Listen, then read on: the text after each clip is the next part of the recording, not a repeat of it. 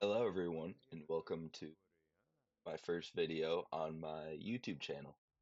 On this channel, I will mainly try to focus on playthrough-esque videos of games in the Borderlands franchise, and these videos will mainly run-throughs of the game with limiting factors to add some challenge to the game. My name is Heavily Hexagonal, and just for some clarity, first couple of videos on this channel will be ones where I voice them over afterwards till I progress and get more comfortable with a live audio style format. That might come at around episode 5 to episode 6, but for now, this is how it will be. Um, so I wanted to start off with my favorite character in the franchise, which Salvador. Salvador has been my favorite character since I first picked up the game. I like his tank style gameplay and just the fact that he can rush in and deal damage. That's what I think fits really well with the style that this franchise has. Since Sal is such a powerhouse of a character, and for this playthrough, I will be limiting him to only being able to use assault rifles. Now, assault rifles, from my experience in Borderlands 2 at least, are my least utilized weapon. There are really good assault rifles, but I feel like there's so much of a variety of weapons in the game that they can get really outclassed by nearly anything. But that doesn't mean that we will have a lack of damage, at least for the early part to the middle part of the game. I don't know about overpowered level 10 yet. I haven't tested it. And when I did play Salvador on overpowered level 10, I would mainly focus on, the classic Unkempt Herald Grog nozzle build, and I switched to a Hoarder build where I used a Lyuda. But that's pretty much like my main experience on Salvador with overpowered level 10. And so to get on to the actual challenge um, requirements, um, I will only be using assault rifles as I previously stated. Um, I will not be able to shoot any other weapon type. I won't be able to get healing from any other weapon, like swapping to a grog nozzle and throwing a grenade but not shooting it. That will, in my eyes, invalidate the run. Um, I will be collecting all of the unique assault rifles in the game. There are a total of 25 of them. I will also want to pick up certain other assault rifles throughout the game, such as a low-leveled Rocketeer, which I will get into soon, and there's a few others that I like. I like a couple of the gemstone assault rifles, so I might be picking those up. Um, and for the first one, we might end up getting it today. The assault rifle that we already got the first one. The first one is the Gearbox assault rifle, um, Gearbox Renegade, and surprisingly, it is a unique. I will be putting all of them in the safe. But other than that, first one that we will be obtaining from a source is the Kerblaster. The Kerblaster is gotten from a bully bong named Midgemong over in the Southern Shelf Bay, and it is one of my favorite weapons in the game since it's one of the first ones that I got when I started playing it. And unfortunately, it will drop off pretty quickly. I would say around level 10, somewhere around there. And so, yeah, to start off, I will not be using any DLCs to get XP besides the door um, Radon Digistruct Peak. That's only it will only get me to level 3. Um, but I like it just because it's quick and it's fast and it doesn't use really like any like cheesy methods or like dragging um dragging any enemies over to be killed by other enemies. or any methods such as that. Um, there's one thing that I forgot to do, and it is pick up grenades from the ammo boxes that you can see along the sides of this area right here. Because I will want to use skyrocket for certain enemies, certain flesh bosses. It just makes them a little bit easier to kill. I won't be relying on it for this run, but it will be somewhat helpful. And I have noticed that after recording this and recording the first few videos, that there is the audio overlay crosshair in the top, the audio radar crosshair in the top right of the screen. I will be fixing that as soon as I can. Um, I forget the exact way to fix it, but it will be done soon. So I apologize for that if it does um, kind of like screw with your viewing experience.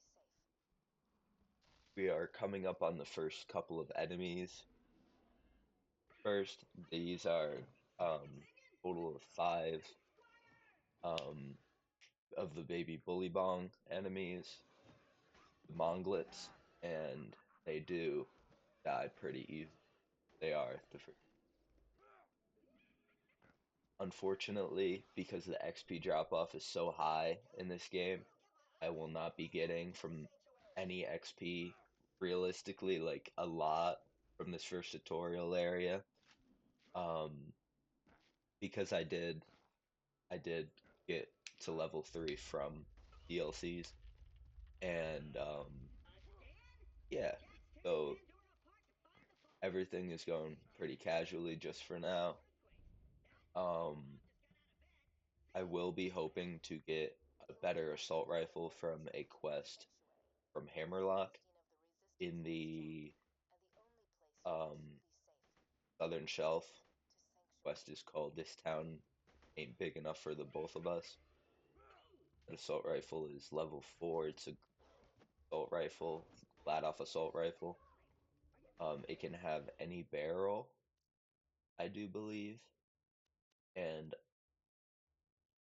I had to switch around a couple of my settings because I use side buttons on my mouse, sorry, that are bent that are changed from um this like mouse button 1 and mouse button 2 to O and L, and I use them to swap so that I can do multi-shotting the game, not just double shotting, which when you melee, but multi-shotting is where shoot a weapon, press reload, swap away, swap back, and then you shoot, and then you keep repeating same pattern over and over again, and it allows you to override the fire rate of a weapon, which is helpful for characters who use any character other than Salvador. It is effective with because Salvador has two guns, so it doesn't really matter on him, and it can't really work while gunzerking. But any other character, it is very useful.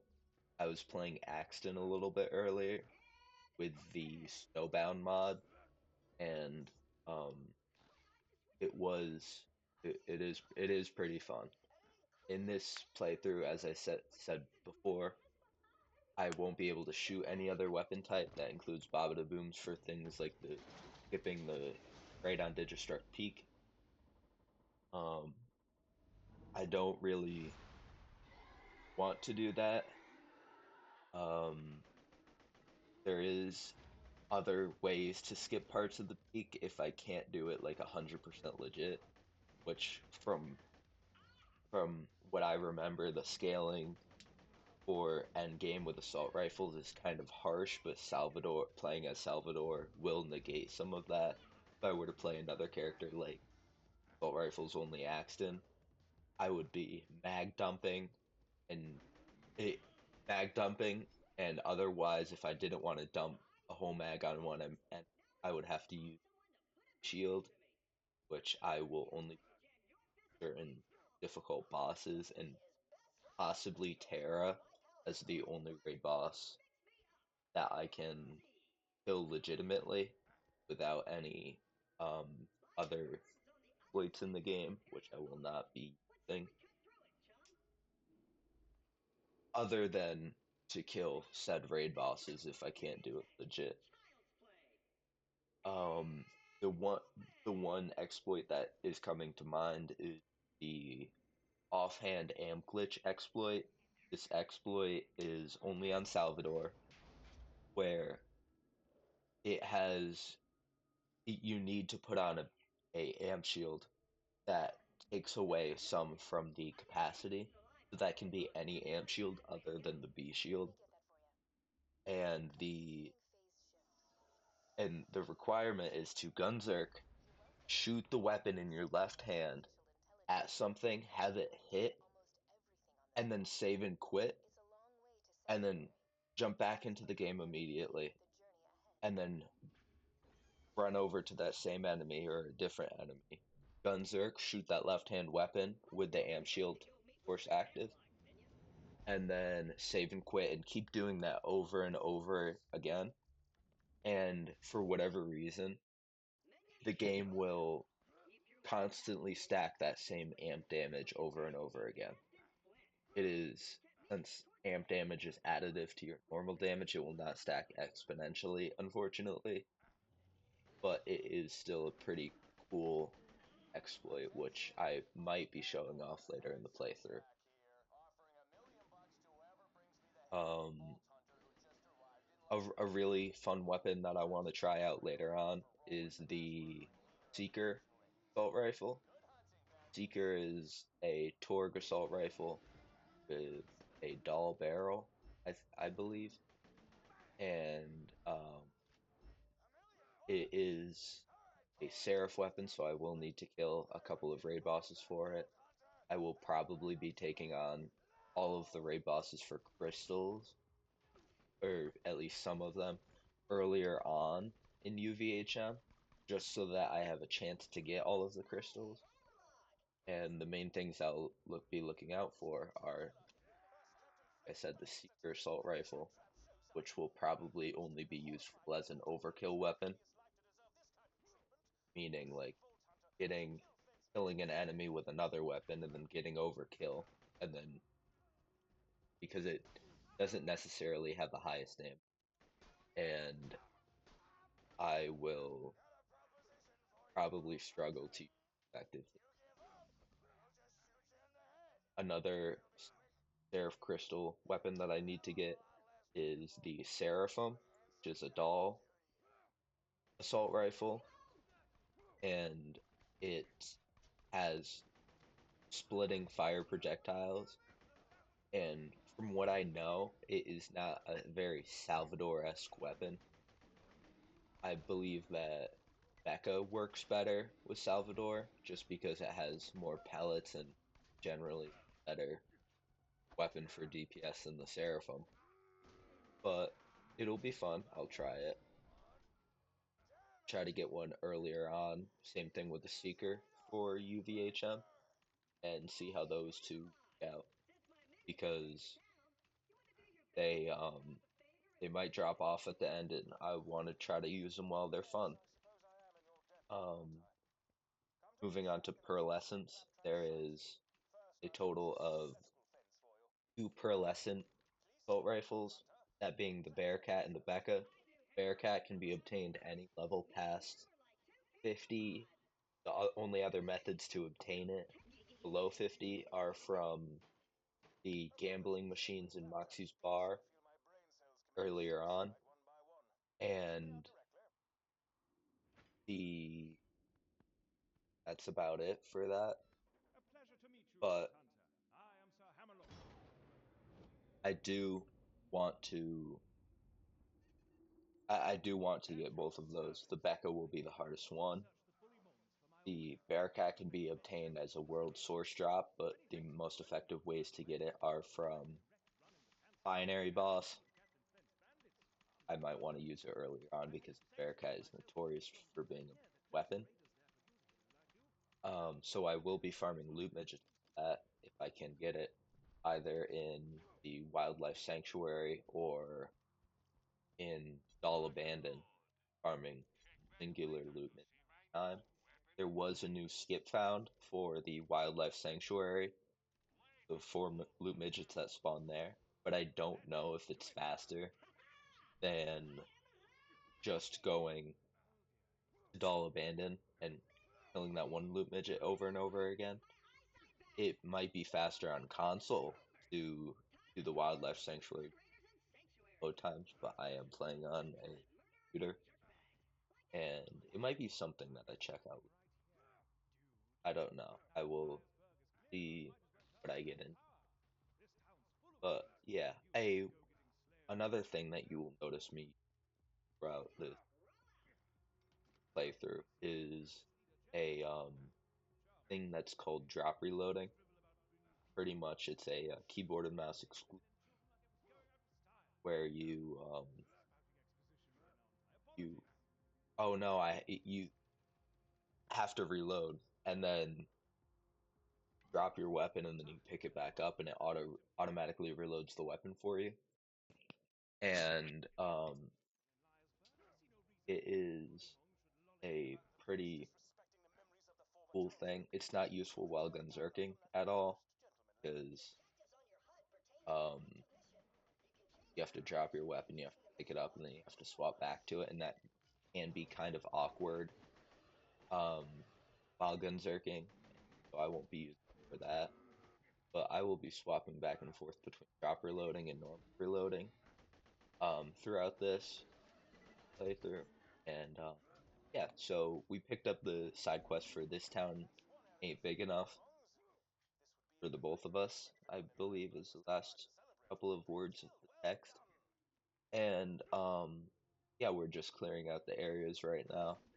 Pretty simple early game mobbing. Not really much goes on with early game mobbing. It's the only couple of enemy types are bullymongs and the bandits. Bandits. I will hopefully get a well, I will already be getting the Kerblaster, which is an excellent weapon for killing Captain Flint. But I also want to get a um another grenade other than the skyrocket because skyrocket is not very effective against him. Um, but yeah, so we completed the quest, got a very great weapon. The weapon that we got was a angry spin gun, which is a Vladoff weapon. It has a Vladoff or assault rifle or it barrel, and that is already very good because we're playing Salvador and he has ammo regen, so he can kind of spam all the bullets. But it also has a matching grip, increases its magazine size and fire rate, and I do believe that it does increase damage by a slight bit. Um, but yeah, it's great that we got this. It also has a dull stock, which is the best stock for assault rifles. Um, so yeah, I'm just killing the racks for a little bit of XP, having some waiting for Claptrap to walk through, and I will be completing all of Hammerlock's side quests for Southern Shelf, just for extra XP before we get into later things. The goal for XP before leaving Southern Shelf is going to be wanting to get to level 9. Want to get to level 9 because from Dr. Zed's vendor in Sanctuary about this, you get a good amount between his vendor, what he sells, and also the vendor that is right next to him. You do get a lot of class mods. And from my experience while farming early game, Salvador's Hoarder class mod, which I will be getting as my early game class mod, is is probably the rarest one that you can get from a vendor, and that is unfortunate. It is, in my opinion, the best one, especially when we're using assault rifles, because assault rifles are guns and they can good amount of ammo. Um, from what I do believe, level 9 assault rifles, or sorry, the Hoarder class mod can come between zero point 0.6 ammo regen and 1.1 ammo regen, or it might just be a flat 1 ammo regen, and we will be aiming for the higher number, but if it does take too long, I might just take a low one and skip past it. Salvador has a very fun feature while he with his Gunzerk, where if he is holding two weapons of the same type, the natural ammo regeneration from Gunzerking does stack. So even if we are using like an offhand weapon to heal or to get crit from, or for any other reason, but we're not shooting it, it is very nice to have extra ammo, at least for the early game, before we get into a hoarder build, or I also want to try out a melee build with two rapier assault rifles. Um, for the early and mid game, all the way up until we get to overpowered level 10, I will not be duplicating my mission rewards, which do that by putting your save file on read only, which I will show later on in this playthrough. You put your save file on read only, you have the quest that you want ready to turn in. You open you let plus play on the game, go over to the quest, you turn it in, you get the mission item, and if you want it, you go over to Claptrap's secret stash, that locker over in Sanctuary, or in any playthrough other than normal mode, will be in the Claptrap's place. This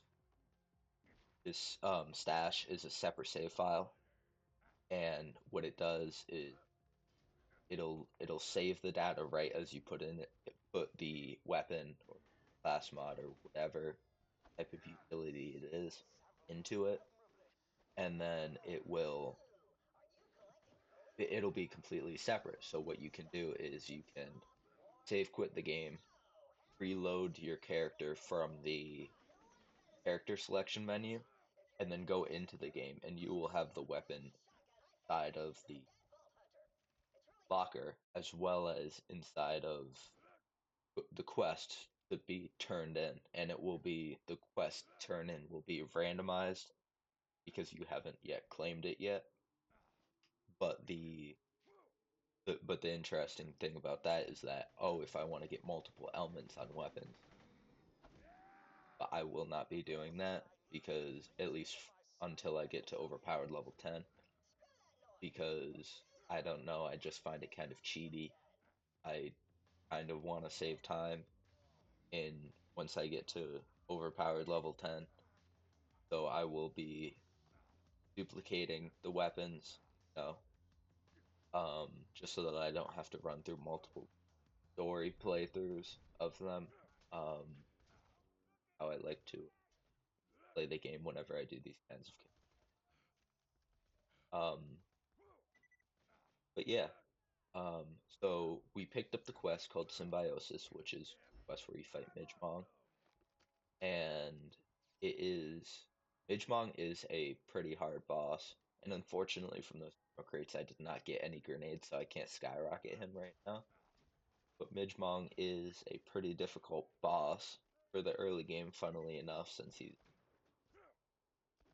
what is it, the first mini boss that you come across. Um, and yeah, um, I had a little bit of a hard time because I haven't really killed him in a while, finding the staircase to get up. But once I eventually did, I was all good. um,